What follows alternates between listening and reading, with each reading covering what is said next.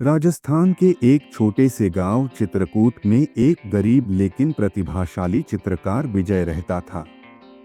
वह अपनी कला से हर तस्वीर में जान डाल देता था। गांव के लोग उसकी बनाई तस्वीरों को देखकर मंत्रमुग्ध हो जाते थे। विजय का सपना था कि वह एक ऐसी महान पेंटिंग बनाए जिसे देखकर लोग हैरान रह जाएं और जिससे उसकी कला को पहचान मिले। लेकिन गरीबी और संसाधनों की कमी के कारण वह अपने सपने को पूरा नहीं कर पा रहा था। एक दिन राज्य के महाराज विक्रमाराज सिंह ने पूरे राज्य में एक चित्रकला प्रतियोगिता का ऐलान किया। जो भी सबसे सुंदर पेंटिंग बनाएगा उसे राजा के दरबार में सम्मानित किया जाएगा और उसे राजकीय चित्रकार बना दिया जाएगा। यह सुनकर विजय को लगा कि यह उसका सपना पूरा करने का सबसे बड़ा अवसर है। उसने ठान लिया कि वह अपनी सर्वश्रेष्ठ पेंटिंग बनाएगा। विजय ने कई दिनों तक कड़ी मेहनत की। वह अपने कमरे में बंद होकर दिन रात पेंटिंग बनाने में लगा रहा। वह हर रंग, हर रेखा और हर भाव को बिल्कुल सजीव बना रहा था।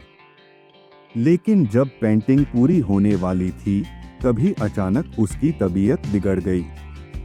बुखार और कमजोरी के कारण वह उठ भी नहीं पा रहा था, लेकिन उसकी आंखों में अब भी अपनी कला को पूरा करने की लालसा थी। पर अफसोस, जब प्रतियोगिता का दिन आया, तब तक विजय अपनी पेंटिंग पूरा नहीं कर सका। वह बहुत दुखी हुआ, लेकिन कमजोरी के कारण वह दरबार तक भी नहीं जा सका। विजय की छोटी बेटी सुरभि बचपन से अपने पिता की कला को देखती आ रही थी। उसने तय किया कि वह अपने पिता की अधूरी पेंटिंग को पूरा करेगी। वह अपने पिता की बनाई हर रेखा को ध्यान से देखती और वैसा ही रंग भरती। उसने अपनी पूरी आत्मा उस पेंटिंग में डाल दी।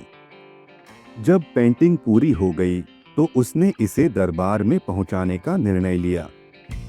जब राजा ने सुरभि की लाई हुई पेंटिंग देखी, तो वे आश्चर्यचकित रह गए। पेंटिंग इतनी जीवंत थी कि ऐसा लगा मानो वह कोई तस्वीर नहीं, बल्कि एक सचमुच की दुनिया हो। राजा ने पूछा, यह अनमोल कृति किसने बनाई? सुरभि ने सिर झुकाकर कहा, यह मेरे पिता विजय की कृति है, जिसे मैंने पूरा किया है।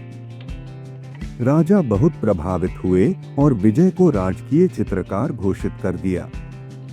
उन्होंने कहा, यह सिर्फ एक पेंटिंग नहीं, बल्कि एक कलाकार की आत्मा और उसकी तपस्या का प्रतीक है।